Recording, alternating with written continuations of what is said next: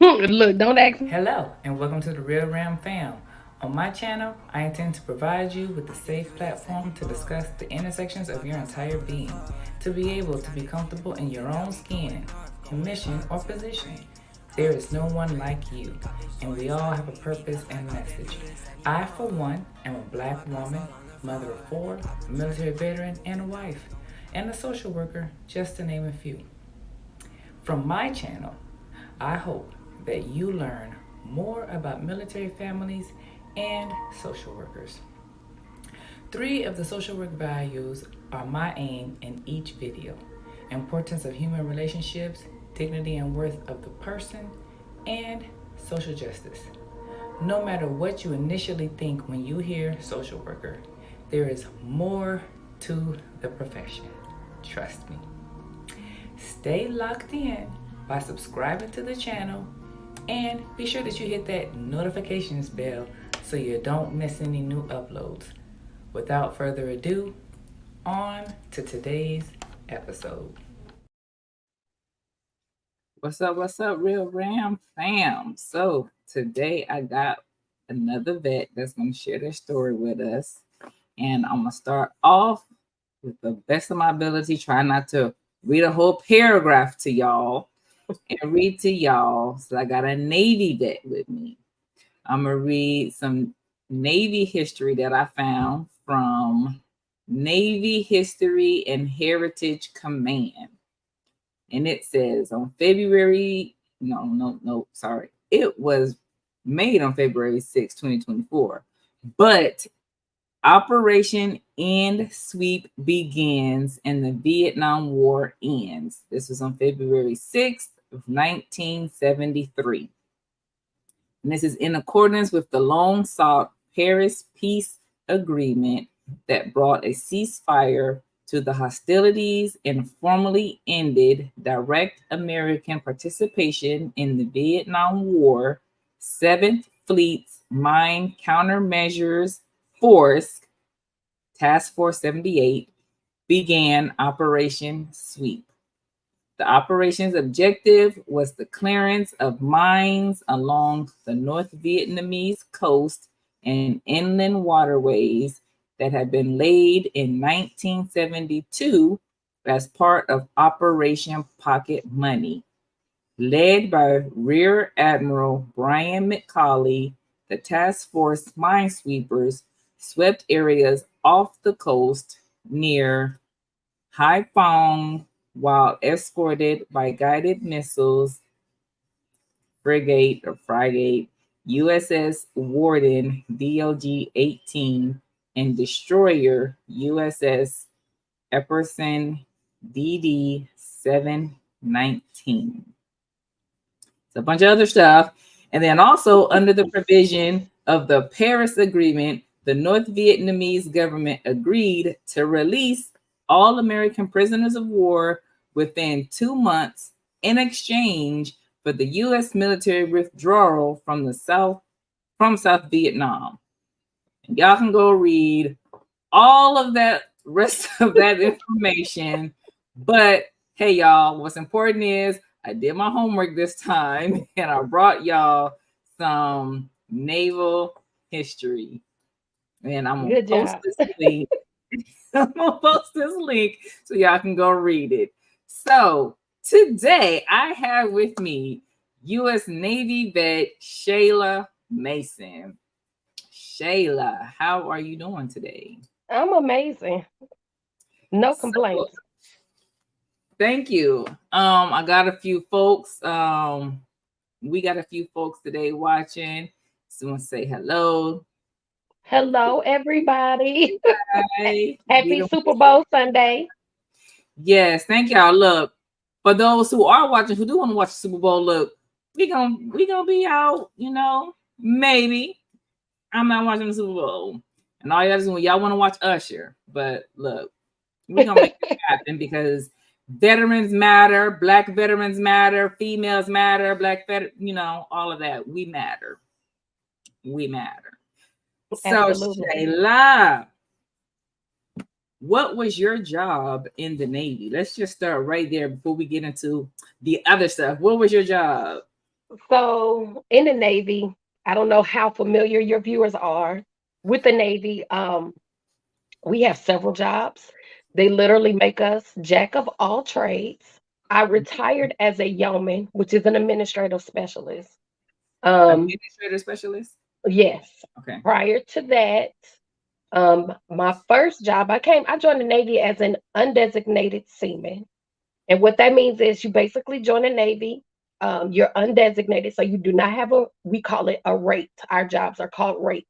You don't have a rate. I was just seaman recruit Taylor when I joined. So they send us to the deck department where I chipped paint, I painted, I sanded, I did all the grimy work on board the ship for 18 months. And they tell you that you get to walk around and see what the other rates do. And then at the 18-month mark, you get to choose your job. And that's exactly what I did. I found the least dirtiest job in the Navy. I became a cryptologic technician administrator, which we simply process security clearances. Um, it afforded me opportunities to travel everywhere. I got to stay off the ship and work in great places like the Naval Inspector General's office, and I got to work at DIA. So it took me to some amazing places. Okay. We're gonna come back to that. Hmm. So we're gonna go all the way backwards. And if you could tell the people where you are originally from, where you call home. I call home Alton, Illinois, born She and from raised. Alton, y'all. She from She from Alton. she from Alton. So what we're gonna do is we are going to get into this. Like my mind just went blank because I was all happy to let people know that you're from Alton. We're gonna get into this. What you call them things? The guest opener and welcome. That is what we're gonna get into right now. Icebreaker. That's the word I'm looking for. We're gonna get into this icebreaker because she from Alton, I'm from Alton. So this is just about cultural differences or similarities. Do not worry about saying the right thing. This is just what you call it. Whatever you call it when you see it. It's okay. Okay. All right. Is it showing up? It is. Okay.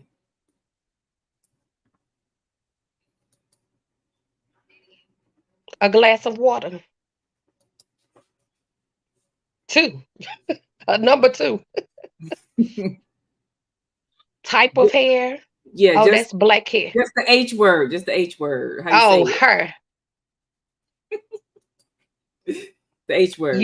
You are here. I love it. I'm gonna say sneakers. Okay. Cart. Basket. Wallet. Purse. Alley. Living room. No, so I know I gotta change the picture. Just the entrance and the walkway. What you call that? The hallway. Okay. A icy cup. That look like an icy cup too.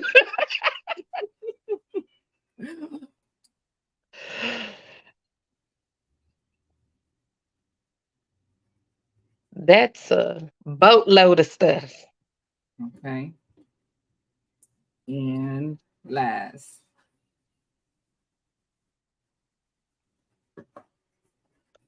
Oh, you talking about the shirt itself? Mm-hmm. Wife beater. Okay. All right. So those of y'all who know me, y'all know, hey, she may or may not have said some stuff the way I say it. I don't know. Y'all gotta go back and go watch another episode. So Shayla, also another one of our icebreakers is to just kind of discuss your birth order and some personality traits. Are you familiar with the description of birth ordered children? No. Okay, so hopefully this don't look too raggedy on your screen. Can you see that okay? Okay. What is your birth order? So I'm the baby. Okay. And so do these describe you pretty well?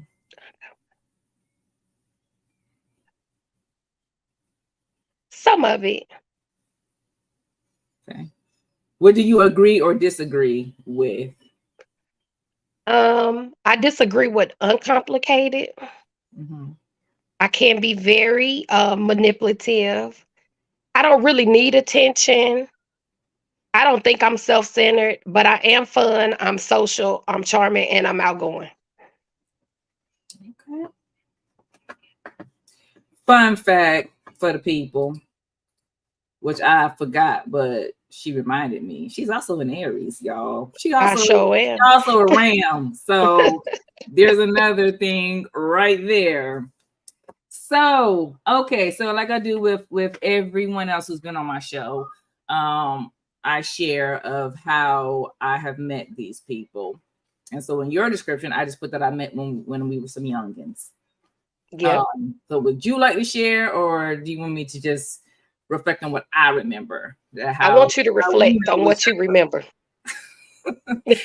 So people, this I just recall I went back to Alton on one of the summers, and I met Shayla. I was outside and we was doing little girl things. We was out there jump roping and skipping, hopping, and all these things. And she also happens to be my cousin's cousin, but I don't know. I guess she has memories of me. She got memories of me, and so we was out there just being kids, and that's all I'm gonna say because that's all y'all need to know. That's it. That I met her when I was a little girl. Mm-hmm. Yes. So, and you know what I remember the most? I remember when you left, and I was like, I have not seen Tawana. Where is she? Because we didn't know. I didn't know where you went. You just disappeared on us. Who you asked? You asked our joint cousin? No, I didn't. No. Yeah, and then I came back in 5th grade, and then I came back again in high school. So yep. Yeah. She got my little thing that I did, my little joke thing, but yeah, so that's how we met. Okay. So back to this. Okay. So Shayla, how long did you serve in the Navy? 22 years. Ooh, a whole 22. And did you? So you said you retired as a yeoman. I retired as a yeoman. Okay. And what pay grade is that? So I retired as an E6. Okay, that is an E6. All right. So we are yeoman first class. Yeoman first class. Petty officers. Look, that's too many doggone titles now. Mm-hmm. E6, yeoman petty first class. Petty officer first class. Petty officer first class. So what is yeoman? Is that a nickname? No, that's the real name. Okay. It is one of the oldest rates in the Navy. Okay. So, like majority of us Black folks, did you happen to have any family members? Do you happen to have any family members who served in the military? Who served in the military? I have. So my dad is retired Navy. Mm-hmm. I have a cousin who is medically retired from the Navy. I'm trying to think who else. Well, let's talk about my family. My husband is retired Navy. um, it's quite a few. Okay. All right. And what made you decide to join?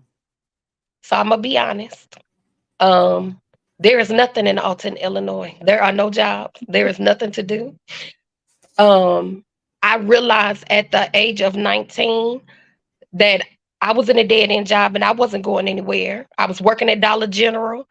Um, I had a boyfriend that was abusive. My mother was making my life difficult on purpose so that I would leave and join the military. And that's why I left. Hey. Was the Navy your first choice? Yes.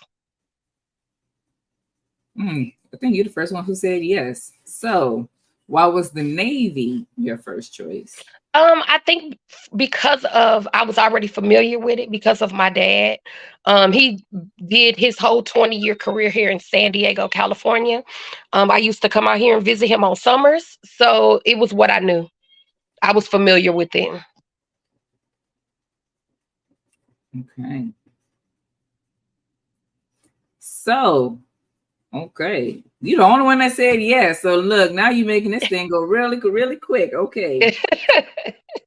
Well, look, you done already told us where you live. You live in San Diego. I live in San Diego. So how is the weather there today? So last week, I'm sure y'all saw on the news that we got some torrential rainfall and parts of San Diego had flooded. Girl, we had rivers on the streets.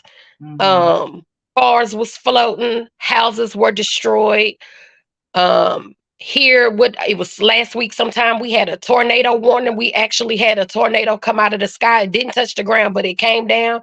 Just some unprecedented weather. It's weird. I think the earth is angry with us. Today it is beautiful. The sun is shining. We are back to regular San Diego weather. It's in like the high 60s. It's beautiful. No complaints. Hmm. That's crazy. But y'all okay and everybody We are good. good. Hmm. Okay, so before I give you your 15 minutes of fame, um, you said that your mother was making your life difficult in order to force you to leave. So like what types of things was she doing that made you know that that's what she was doing? So, she used to say smart stuff. So I worked. I used to literally open and close Dollar General every day. So I'd be tired. And then I'm trying to, still go out on the weekend and kick it with cousin Lisa. We going to the clubs and we having a good time. So I'd be tired. So some days she would come in the house from work because she worked, everybody works at Olin in Alton. She would get off work early in the morning. She would be waking me up, yelling, complaining about everything. Oh, you didn't put gas in my car. I did. Just it could be anything. Anything she could complain about, that's what she complained about. Oh, she hated my boyfriend. She had every right to hate him, but it was a lot. So she was literally just being mean because she wanted me to leave. But in that case, perfectly segues and well, no, because there's one more question before you get your time. Walk us through the night before you left and the Girl. morning of. So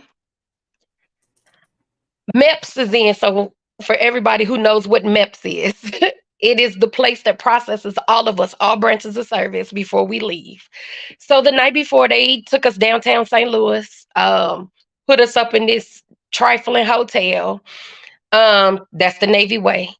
I had a roommate, and so this is what I remember. I remember her. I woke up coughing in the middle of the night, and I'm like, "What is that?"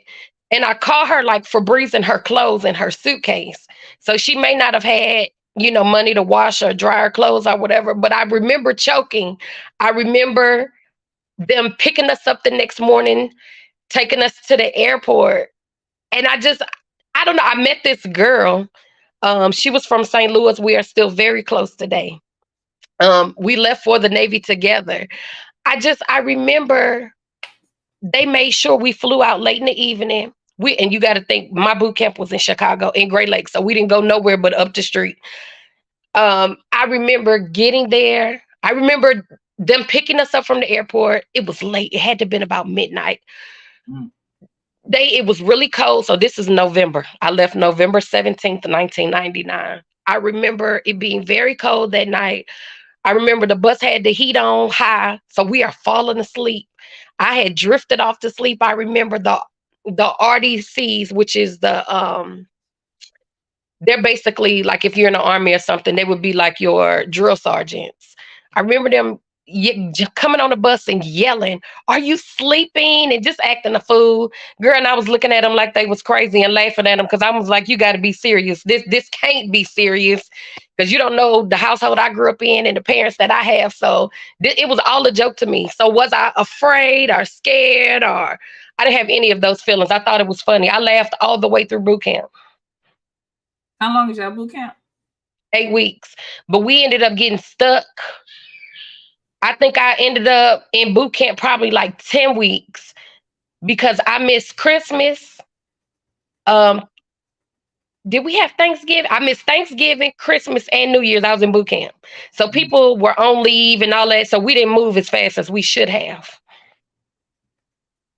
So it was a joke. Boot camp was a joke to me. I was never brainwashed. She's like, look, I got up out of there. So yeah, got left from home. I got whatever. I understand. Look. She's shoot. Look, I didn't laugh, but I wasn't really scared. So nothing bothered me. It didn't. It was. Let me tell you why it was comical. Because it was kids in there that were like scared and crying and just. Why you crying? Because they making us do push-ups. We all tired, but you over there crying, and it wasn't the girls. It was the boys. It was the boys in there crying, and I'm like, we got to do more because you crying. So now I'm getting mad and I'm cussing folks out because I'm like, what is wrong with you? This is a joke. It's 8 weeks. Cut it out. Yeah, they probably ain't. They ain't. Look, they ain't never been away from home. They ain't been disciplined. They, y'all brainwashing wasn't good enough. I guess I don't know. We ain't have people crying at. We ain't have people crying at our stuff. We supposed to have came. No, we came from the Army. So the Marines supposed to have came from y'all. So they did. Don't know. So their training is different. Their goal is to break you down and build you back up. A lot of them are brainwashed. I've met. We do a lot of business with them. So. You could see the military bearing and the respect with them, but in the Navy, it was all a joke. Well, so now we go into your 15 minutes. Tell us all about your military career and experience. I was really thinking about this before I got on this call, thinking about what I wanted to tell y'all. Because I'm what it was I'm for gonna me. get 15 minutes out of you. Look, my experience was probably David. Some could relate, some may not relate. Being a young Black female, joining the Navy, I'm not gonna say there wasn't opportunities because there were. I didn't play the game. I saw what I saw, and I chose to deal with certain situations the way I chose to deal with them. It's a double standard. I've seen that a lot. It's different. I'm gonna say it's different today. I see a lot of women and men who look like us, in very high positions and are doing well. So that's a plus. For me, it changed every year. Nothing stayed the same. I know other services, they used to laugh when we would come around. They would talk about how many uniform changes y'all have had. Girl, I went through so many uniform changes. I was so sick of changing uniforms. It was it was an experience. I don't know. Do you have any questions? Because my 15 minutes of fame, I'm trying to be I'm gonna nice. get 15 minutes out of you. I'm trying to be nice.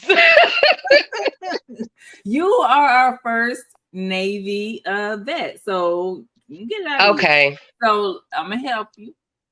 Uh, Start okay. with like where have you been stationed and what did you do there and how long you spent? Just start there. Let's start with the easy stuff. Look, let me sit back so I can get comfortable. Um, so when I first came in the Navy, I went straight to a ship.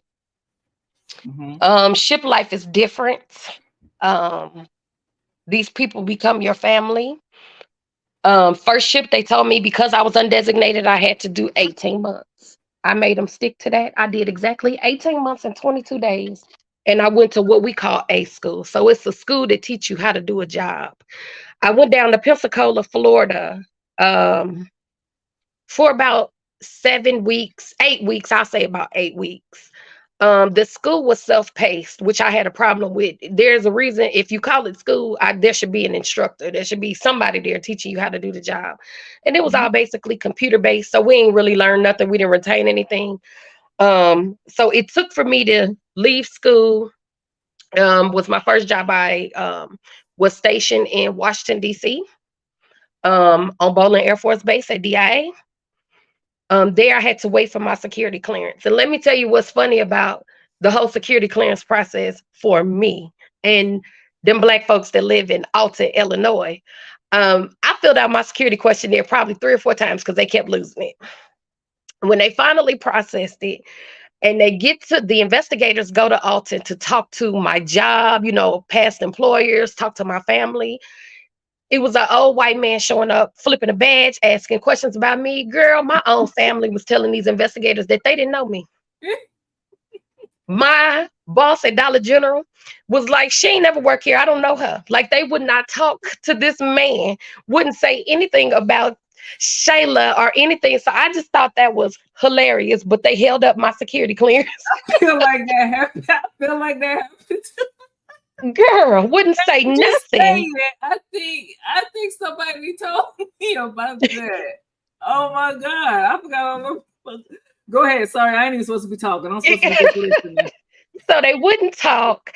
They held up that process. So while I was at DIA, I was working downstairs in the print shop. I had to be escorted everywhere. So if I had to go to the bathroom, they had to find somebody to take me to the bathroom. I couldn't do anything by myself. So I had sat there probably 8 months without a clearance. And then they finally decided, well, we just gonna give her a polygraph. She passes polygraph, we just gonna go ahead and clear so she could go do some work. So they did that. I went and did my polygraph. I was sick and coughing that day. Girl, he would ask me a question and I would just start coughing. So it looked like I was telling the whole lie. So I had to do the polygraph 3 different times. And the last time he was like, okay, you coughed on this question, try to hold it. You coughed on this question, try to hold it. And he just kept asking the questions. Of course I passed. No problem. I wasn't lying. I just was sick that day. So they cleared me. I went to go work. I switched jobs. One of my shipmates is what we call them. She got pregnant and her job was running around the Pentagon delivering briefs. And she could no longer do it because she was too big. So we basically just swapped jobs. So she went back to DIA. They sent me over to the Pentagon. Now, mind you, I was on board the ship when 9/11 happened. So that was September 11th. I wound up in the Pentagon sometime, I want to say it was the end of November or the beginning. I think it might have been the end of November, early December. So they had put the outside wall of the Pentagon back up, but the inside was still tore up. So I got to see a lot of that, which made it very difficult to navigate. Because if any of y'all have been in the Pentagon, y'all know how it could be a maze. The inner rings, the outer rings, it was a lot. So I did that. up until I left. I left there with a very big award because I did a lot of work. And this is no, I'm not shunning the Air Force at all, but in my office, my boss was a retired lieutenant colonel. That's '05, right? Girl, girl, Well, he was a retired I '05 think so. Air Force. And I had two, so I was an E4 at this time Yeah. in the Pentagon, and I had two E5 Air Force people that I was working with. And he would come out and ask them to do certain things. And I just thought it was interesting for them to tell him that that's not a part of my job description. I can't do that. So he would always come to me and be like, at the time, so I told you I was a cryptologic technician administrator. So the short term, how they would call me, they would say CTA3 Taylor. So they was like, he was like, hey, CTA3, I need you to do this, this, that, and the third. I was like, Roger that, sir, I'll take care of whatever you have. And he was just like, really? You're not gonna tell me that's not a part of your job description? I said, well, we don't do that in the Navy. If you ask us to do something, whether we know how to do it or not, we need to figure it out. And that's what we do.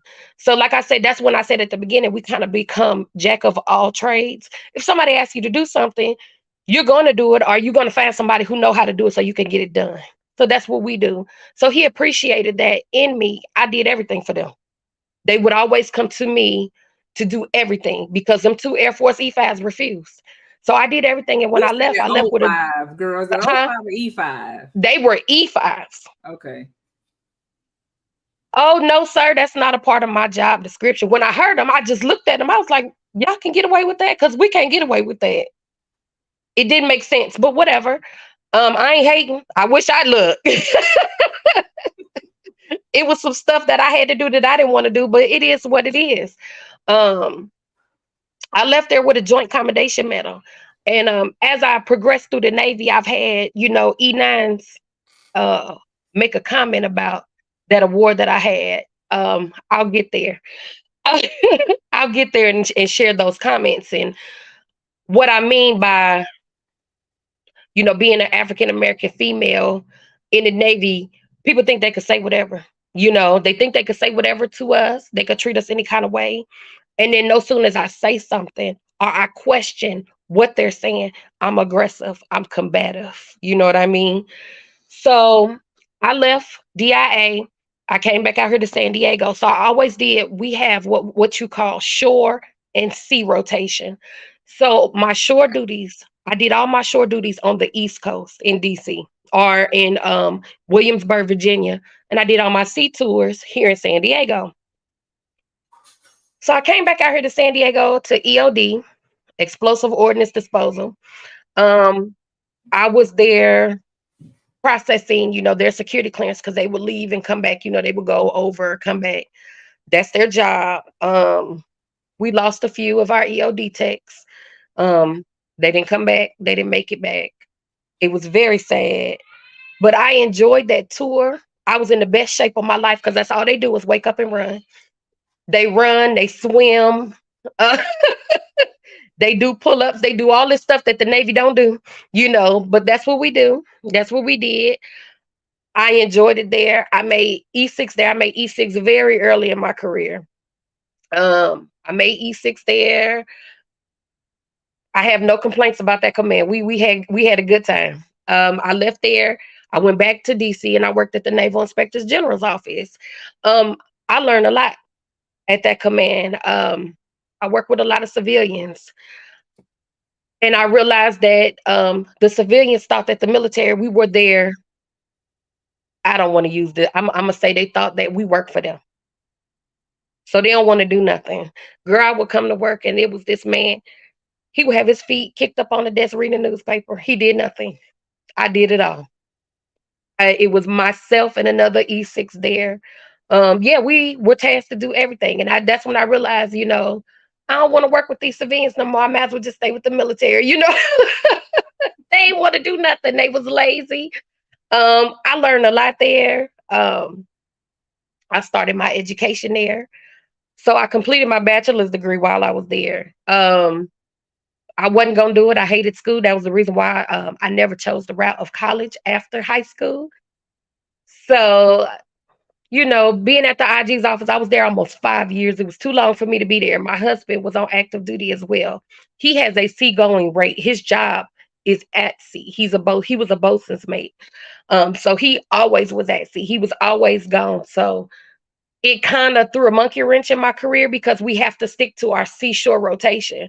So once we were married and spousal co-located, my career took a backseat to his because I was an admin type. So they're like, oh, well, you can just stay on shore duty, but he got to go to sea. So it kind of messed up when it come time for me to make E7 and my package has to go in front of the board. Now, mind you, my job had changed at this command as well. They decided it wasn't enough of us. Our rate was too tight. We can't advance y'all. So we're going to merge you with another rate that's tight. So that's when I was no longer a CTA. They made me a yeoman. I didn't have no say in this. So what was it? October 1st, 2008. I became a YN1 vice a CTA one. And I'm like, this is some bull crap. I don't know that yeoman job. I don't know how to do this. They gave me an exam, expected me to pass this exam. I don't know what they do. You know what I'm saying? I didn't fail it, but it's just like, how you expect me to advance and you ain't trained me? You ain't sent me to school. You didn't do nothing. So for like 3 years, yeah, me and that test, we weren't friends. And I had to read instructions and learn how to do the job on my own. And I had a problem with that. And I'm like, they do that and they do it all the time. It's still happening today where they're forcing people to convert in rates without the proper training. But then they expect you when somebody come and ask you a question because of your rank, because I was already in E6.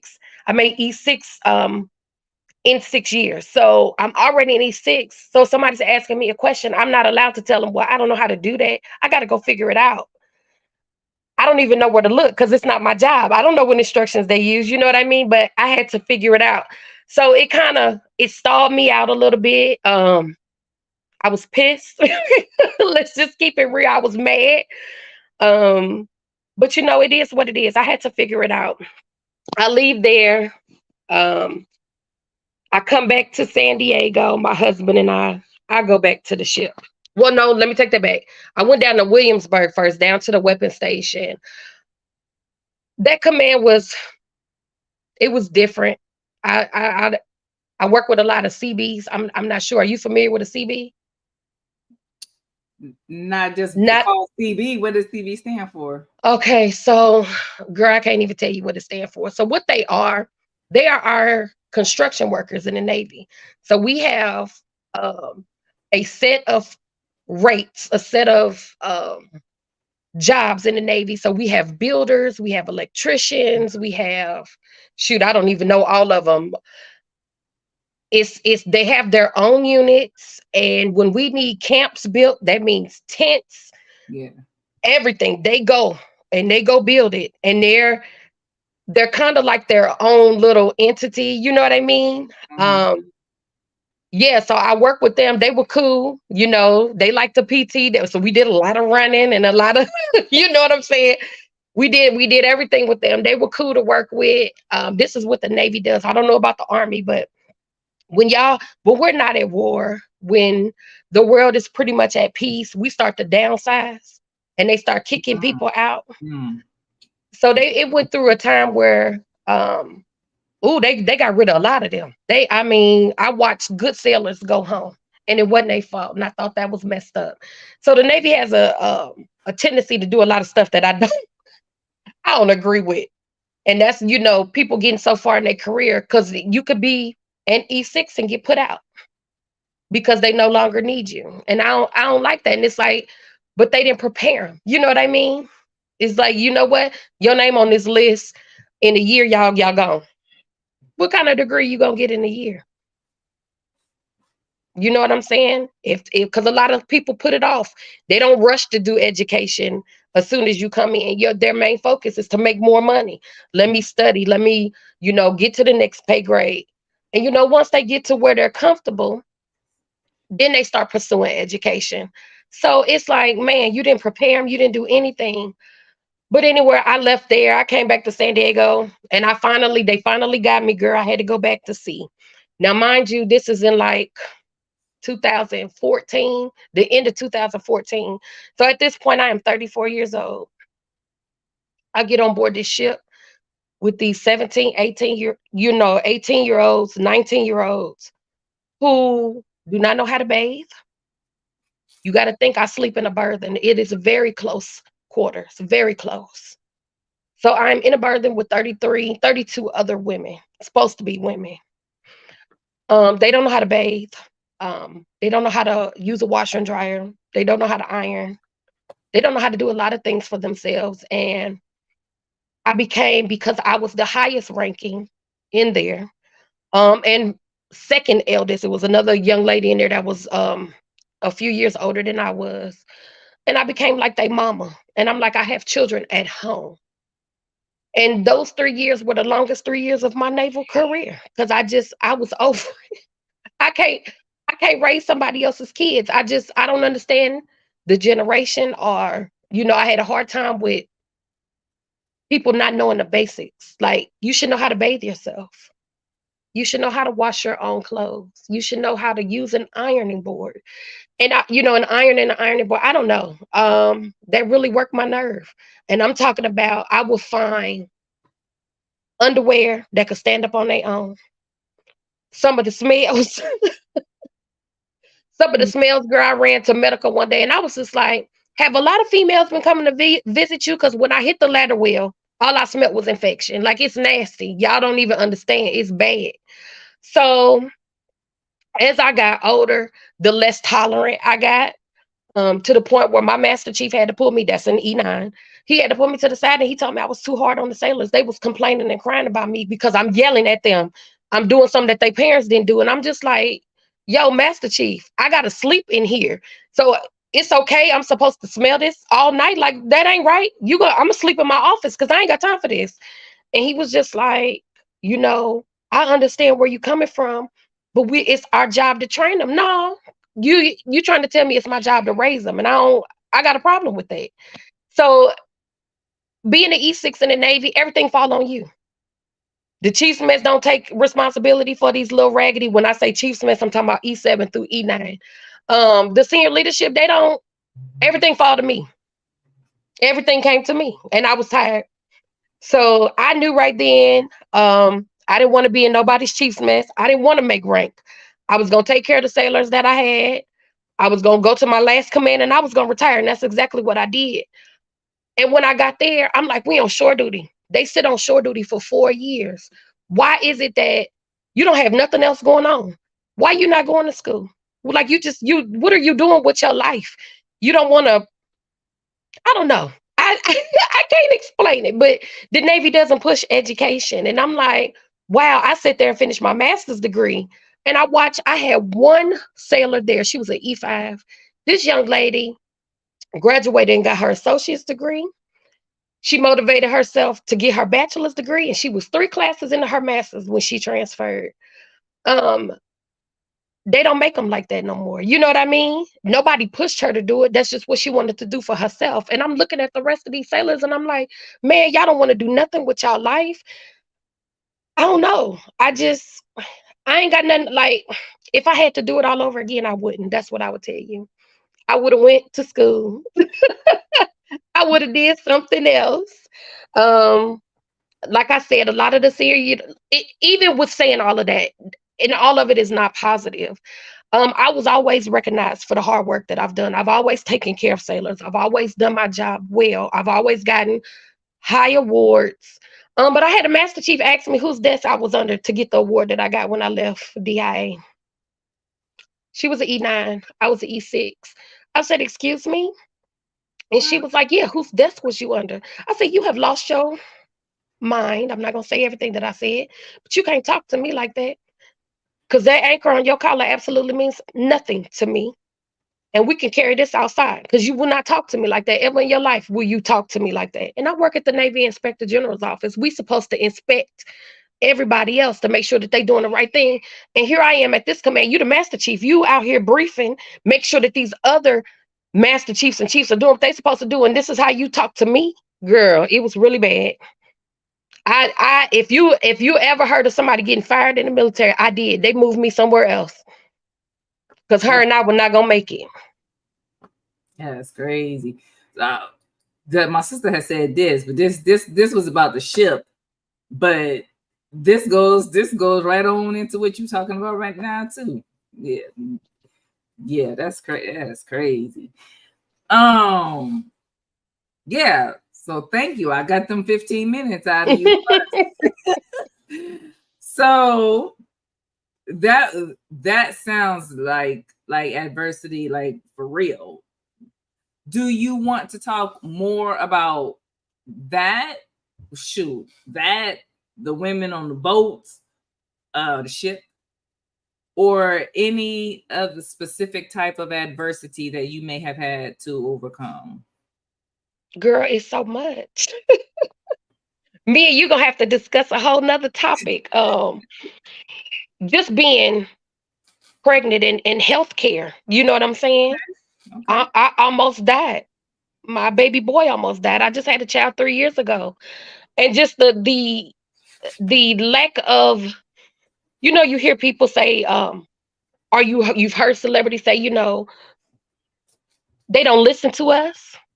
Um, yeah, they didn't listen to me, and I almost lost my life. I was almost a statistic. You hear a lot of Black women who die after giving birth from hemorrhaging. Well, that was happening to me, to the point where the nurse had pulled me to the side and she said, "Honey, you don't even have no color. You look gray." So they was drawing my blood, and she was just like, your blood cell count is so low. I don't even know how you walking around." But my son was like, he went through hell. Just girl, that whole pregnancy was horrible. But for 3 weeks straight, I had gone to, I was high risk because I was 39 when I got pregnant. I was 40 when I had him. And you know how you go for fetal monitoring. And I had went to fetal monitoring the last 3 weeks before, I ended up having to deliver him in an emergency C-section. But I went twice a week for 3 weeks, and he was failing every fetal monitoring test. But they were sending me home, and I'm like, "Well, how's he failing? But he good, and you sending me home?" So my doctor actually came on that fourth week, and she was like, "Girl, did anybody tell you your fluid was low? Have you know where you leaking fluid?" I was like, "No." Um, and she's looking at all of these different screens while she's giving me this ultrasound, and she was just like, "We have to get him out of there right now. Like, this is an emergency." So basically, she was saying my fluid was low and that the blood from the placenta to the baby was choppy. It wasn't free flowing like it should have been. So they rushed me into, surgery. They deliver him and they wrap him up and hand him to my husband. And I'm looking at my husband and I'm like, "He pale. Why did they give him to you? He's pale." Now, mind you, I'm having a C-section. I can't move, nothing but my neck and my head. And I'm Mhm. like yelling, um, "Y'all need to come get him because he don't look right. Come get him. He don't look right." So then my husband got up and he was like, "He don't look right. He is pale. There's a difference between light skin and being pale." Hold on. So C-section, Mm-hmm. right? So they went from delivering him to giving him to your husband. I know, Mm-hmm. like on TV they do that and they put the baby on your chest. But so they didn't like even like do the suction and like try to make him cry So first? they Or so I didn't hear him cry.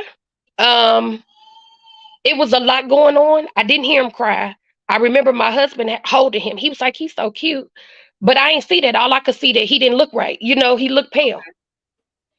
So my husband gets up, they take him, and then my husband said they put him in the baby bed and they ran. So they get him up to the NICU unit. I'm still in surgery, they still trying to clean me up or whatever. I go to recovery. I have no idea what's going on. So right. my husband is following them.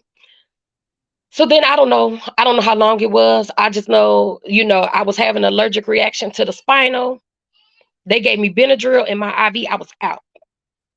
When I wake up, they come they come talking to me, talking about, your son is in liver, kidney, he's in liver failure, kidney failure, his scrotum is swollen. Like, it was a whole bunch of stuff going on with him.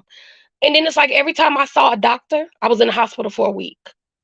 Every time I saw a doctor, they was telling me something else. "Oh, he's got blood on his lower spinal cord. One half of his brain is covered in blood. Now his whole brain is covered in blood. We should move towards comfort care." What do you mean we should move towards comfort care? Girl, they was trying to bury my baby. He wasn't even dead yet. We talking about a military hospital or We civilian talking about a military hospital. hospital? And you had a midwife or a I had doctor? an OBGYN and a high risk OBGYN. Mm. So when I talk about the military, I'm talking about everybody. Everybody. My experience was, like I said, my experience is what it is. If I had to do it all over again, I would not. Um, and this was just an experience here in San Diego. I had a set of twins. I've got twins. I had twins in Maryland, at the big Navy hospital there. And it went out, everything was perfect. I got the best care. They were 2 months early. They survived. They took the best care of them. They took the best care of me. So I have a great story, and then I have a really, really bad story.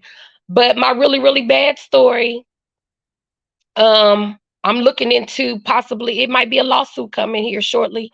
Once I get him genetically tested in March, because they're trying to say that I came across something called CMV, basically saying that one of us had herpes in our body. They say it's a herpes that live in your body. Something they was trying to feed me at the last minute, because they claim they don't know what happened. They don't know why he went through everything that he went through. And I was just like, they drew so many vials of blood from me. I know I gave them about 15 vials of blood. They took like 5 from my husband, and then they gonna have the audacity to come back and say that we weren't compatible. We weren't compatible to have children together. But I got a set of twins, and ain't nothing wrong with them. So it was a lot. It was a lot. Wow. Sorry that happened, and thank you for Thank you. sharing that story, because also when people hear this later, like they can see, like we be trying to tell people, like, don't think that we rich and we got the best of care and that we got this and that, and still at the end of the day, everybody has a different story, and we still Black, and it don't change. It does not change. They were literally, though, like,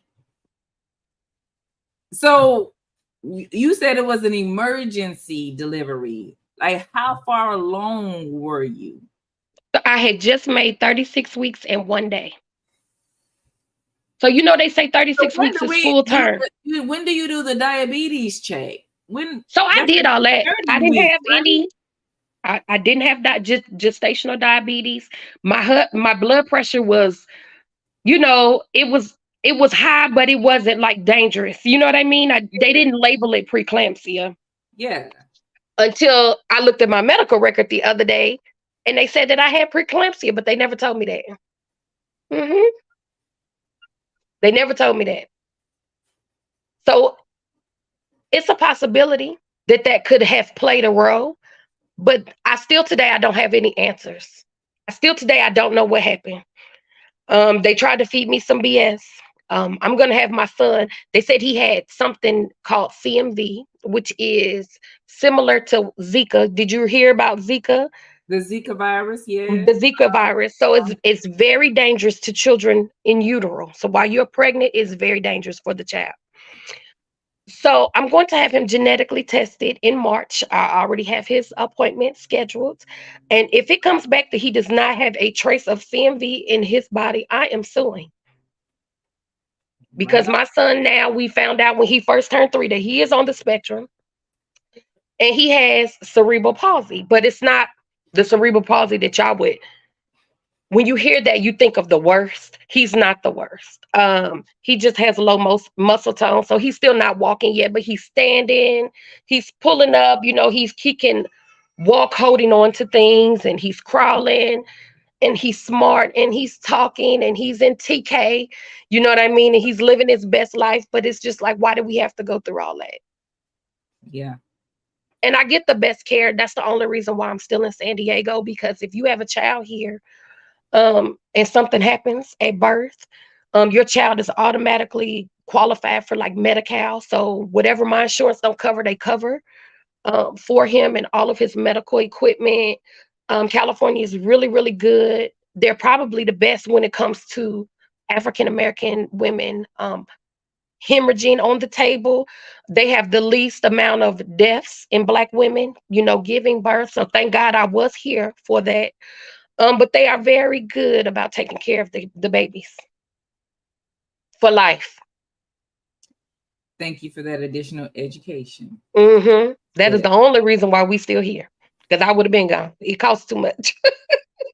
Yes. Mm. Girl, I want to go down to social work. But this is about the veteran today. This is Lord. Oh, that just makes me so mad. But okay. We'll have to plan to do that at a later date. Yes, we're gonna have to do a mothering and then another podcast. Mm-hmm. But I am glad, like you said, the good report that your son is progressing well and Mm-hmm. all that, despite what they're trying to say. Do you think that the Navy helped shape the person that you are today? They have. And I'm laughing because, because of that experience, I no longer, I don't believe anything that anybody tells me anymore. I always fact check, I always verify. Um, I notice when somebody is BSing me or playing with me. It's definitely made me listen more, and I'm very direct. So I don't play with anybody these days. Not at 43 years old, I'm not playing. I'm not playing. Make you go back to when the Air Force people was like, no, sir, that's not my job description. See, that's why we don't. That's why we may be a jack of all trades, but sir, that's not my no. Can't do that. Mm-hmm. Can't do that. That's not what you hired me to do. Right. You walked in there and them contractors had their feet up on the desk. No, I was not hired to do all of this, and I wasn't hired to do all that. And what's crazy is I still work for the Navy. I'm a government employee for the Navy. You talked about some changes that happened. What is okay? Yeah. What's one misconception about the Navy or your job that you would like for people to understand? And so, one thing for me, you were talking about the women on the ship, and I have heard so much how there aren't many women on the ship. Not at all. As you're telling your story, I'm like, are the women on a separate ship? No, ma'am. What's going on? So what's a misconception? That's my question. But so although this does happen, when we pull away from the pier, and for the women we have some married women who, when we pull away from the pier, they are no longer married.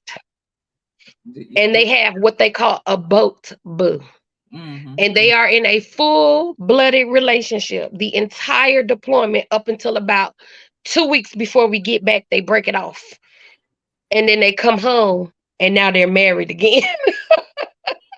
Although that does happen, that is not everybody's story. So that is a big misconception. I will tell you this. We are outnumbered exponentially when it comes to men and women on board ship. We are sexually harassed on a daily basis. You know what I mean? All of us. I don't care what you look like. It's gonna happen. But you have to. It's the way I will say this. It is the way you carry yourself. You know what I mean? It is absolutely the way you carry yourself. If you are a grown woman and you are about your stuff, and when they come to you talking crazy, if you check it the first time, it won't continue to happen. So you just have to be a woman about you know what I'm saying? You just have to be a woman because it's gonna happen. But you'll hear. If you look up the statistics, you'll see a lot of rapes and a lot of sexual assaults and all kind of crazy stuff. But I mean, it happens. Yeah. Yours. Yeah, I'm aware. Like it's true.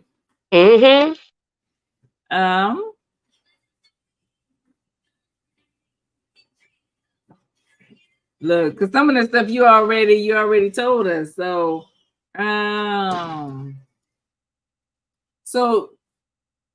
was your husband able to be present for the birth of your other children? Yes. Do you think that the military shaped or affected the way that you parent, or Uh, your idea of parenting?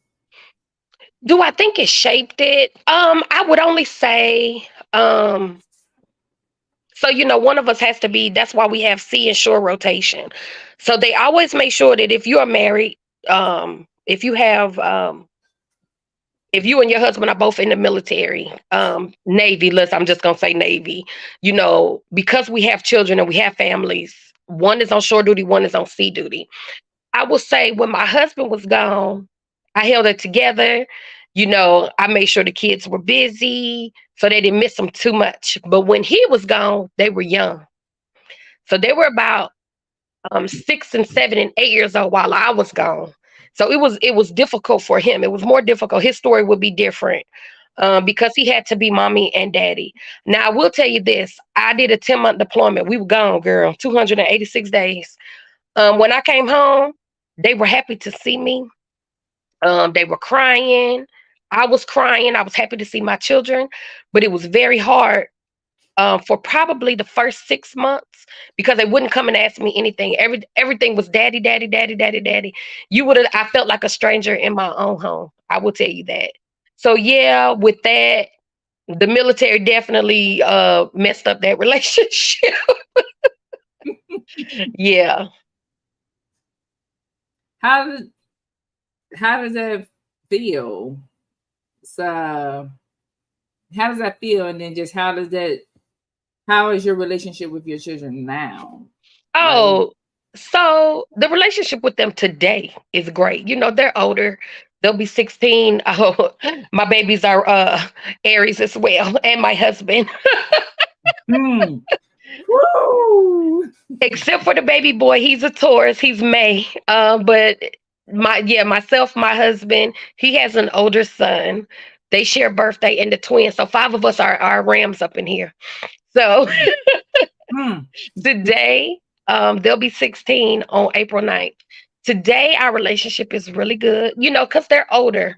And I've been retired for almost 3 years now. So, they are accustomed to having me home, having both parents.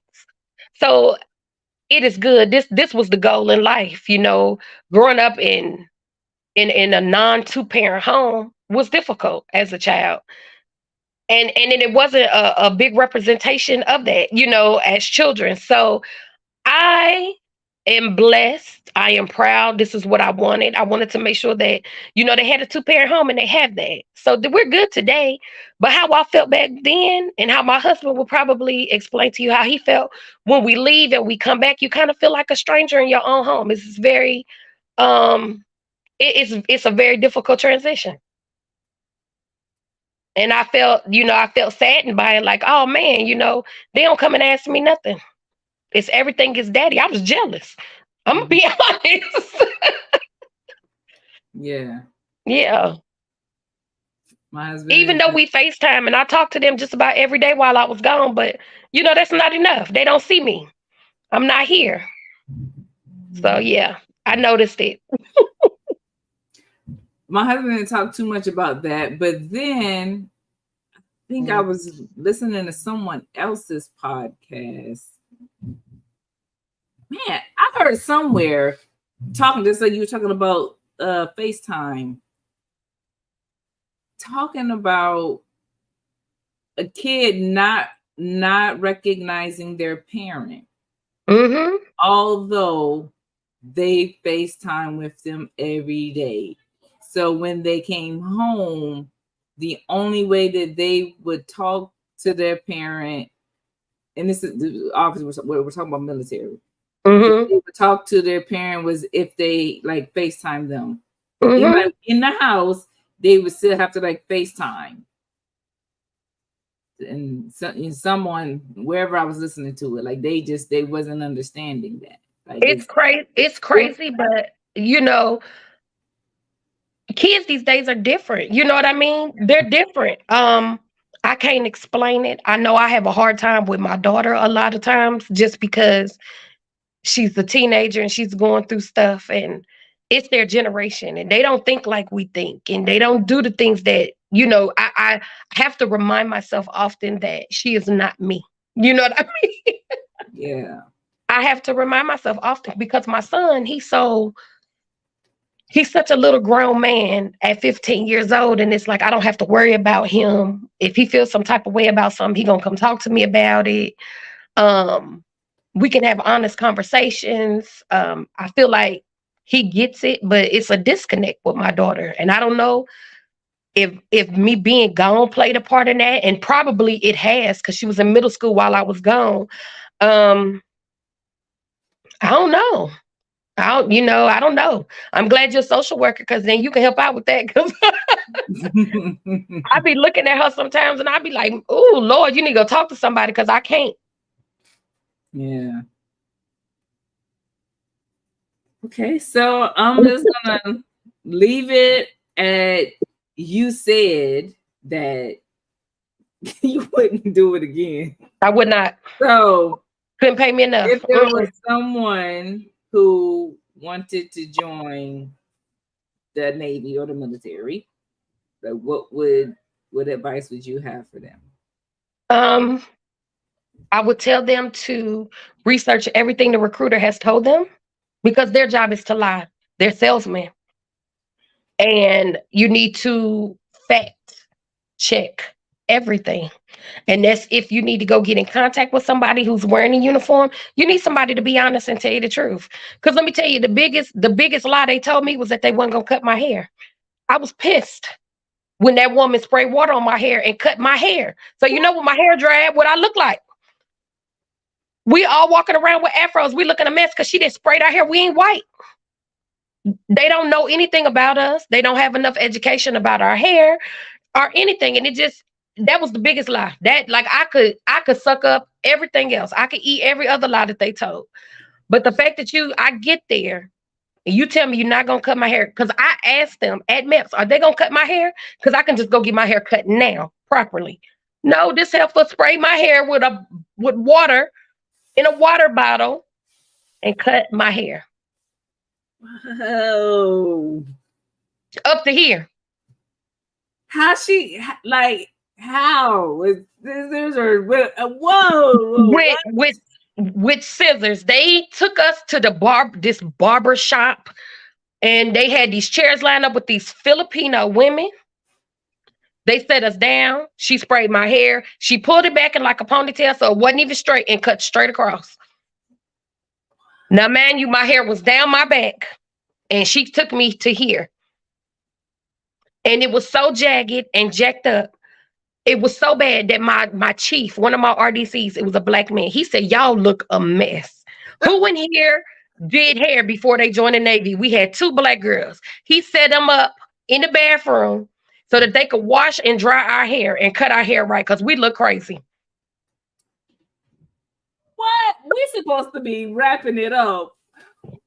What? Now That's I what know happened. we talking about 97 and 98, Yeah. but so is that happening still due to your No, knowledge? Was that no, happening like in the 2000s and no. I don't know when they stopped cutting the hair, but they no longer cut their hair. They allowed them to wear buns. They allowed them to put it back. They allowed to wear French braids. We wasn't allowed any of that. yes, they ain't cut our hair. So they don't. We was just looking whack. We was out there with some nappy hair and just looking a hot mess. No perms and and all, but they ain't cut our hair. cut our hair. Cut it. What? Yes, ma'am. And I was in there losing it. I was in there going off. Because as soon as she started spraying, I stopped her. And then the RDC come over there yelling. I don't know who you think you yelling at, but this ain't got nothing to do with you, white man. Do not spray. I said, when you see women that come in here that look like me, do not spray their hair with water. Just pull it back in a ponytail, or have us pull it back in a ponytail and just cut the ponytail off. Do not spray our hair with water. And the fact that the chief told y'all that y'all He was like, y'all look a mess. Girl, he was from Milwaukee in there talking trash. like, Y'all didn't look a he mess. know that was gonna happen though? He knew. Now But see he don't write the rules. He just gotta, you know what I'm saying? that's mind games. It is. They tried it. They tried it. That's why I said, it was all a joke to me up until that point. That wasn't funny. That's when I had a problem. Mm. And people don't understand that, hair is everything. Especially our hair is everything. That is our crown. How dare you disrespect me in that way? And then clearly when I was talking to them, they had no idea what I was talking about. So somebody in the community, I know it was the army that was first, that were able to go as high as, I don't know how far they went, but they were able to get approved for like wearing locks and wearing their natural hair. And why do we have to straighten our hair in the first place? So that ruling came down at the end of my career, like a year before I retired, where they told us we could wear locks, which is when I went and got my sister locks put in. I got them done immediately. But yeah, we couldn't do anything. That was the one part I did not like. I had one of the leaders, a black man, asked me to talk to another black girl that I was in A school with. And he was like, your hair is so nice and put together when you come to class. And she just up in here with her nappy hair. And this is a black man. Look at how nappy her hair is. You need to get her some gel or something, get her a relax. I said, well, that ain't what she wants. And what's wrong with her hair? And I shouldn't be explaining that to you. You know what I mean? And that bothered me. So, I mean, at least today they've gotten better, but it wasn't always like that. Nope. No, it was not. Not at all. Not at all. Well, of course I can keep going and going and Right. but too bad we had to change the day. So thank you for coming on. Of course. So the absolute last question is what are you going to do for yourself for self-care today, this week, or whatever? So the one thing that I do, so I work, so every other Friday I'm off work. So that Friday I'm off. Every Friday I'm off. I go get my nails done. Every 5 to 6 weeks I go get my hair retied. I got my eyebrows tattooed, girl. They are amazing. So I ain't got to do too much to them. But I always take care of me first. I put myself first. That's what I do. That's great. Awesome. All right. So I'm going to play this outro and tell my viewers out there, thank you all for watching. Thank I you. hope that you enjoyed today's episode.